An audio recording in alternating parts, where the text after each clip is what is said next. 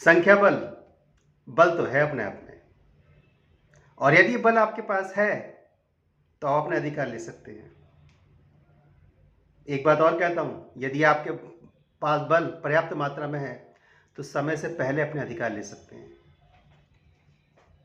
उदाहरण के साथ अपनी बात को पूरा करता हूँ। भारत का राज्य है तेलंगाना, तेलंगाना जाइए कभी।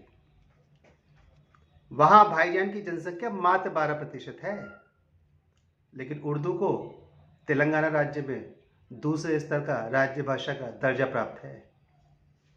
और मजे की बात क्या है, जिनके लिए उर्दू भाषा का प्रावधान करा गया है वह वहाँ पर मुख्यतः तेलुगु भाषा बोलते हैं, क्योंकि कन्वर्टेड है ना,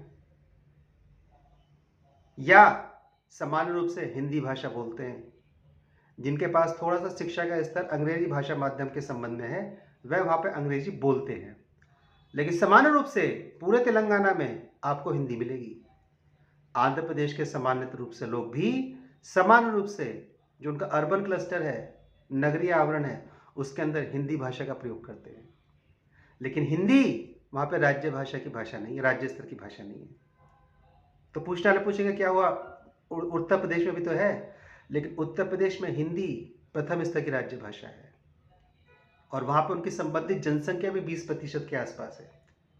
इसलिए मुलायम सिंह जी ने उर्दू को दूसरे स्तर की राज्य भाषा का दर्जा दिया। लेकिन तेलंगाना की विडंबना देखिए, पूरे तेलंगाना में हिंदी बहुत समान रूप से बोली जाती है, लेकिन दूसरे स्तर की राज्य भाषा कौन है? उर्दू। इसे बोलते हैं संख्या बल। संख्या बल किससे बढ़ता है? जनसंख्या के आधार पर बढ़ता है। और हिंदुओं को बताने की आवश्यकता नहीं है, हम दो हमारा एक। जो ऐसा करते हैं वो देशद्रोही हैं। और हिंदुओं के जो मर्द है ना, पुरुष, वो तो नपुंसक श्रेणी में लगभग आ चुके हैं। बोले यहाँ एक को नहीं पाला, दो को कैसे पालेंगे? गरीब व्यक्ति से पूछिए, जिनके पास जनसंख्या की कमी उनसे पूछिए, ना प्रश्न हो तो मुझसे पूछिए। कोविड में डिस्ट्रॉय हो गया था तब भी 2 बेटे हैं, और बहुत सशक्त और पुरुषत्व के साथ उनको पालता हूं मैं। संख्या बल नहीं गिरने देना है।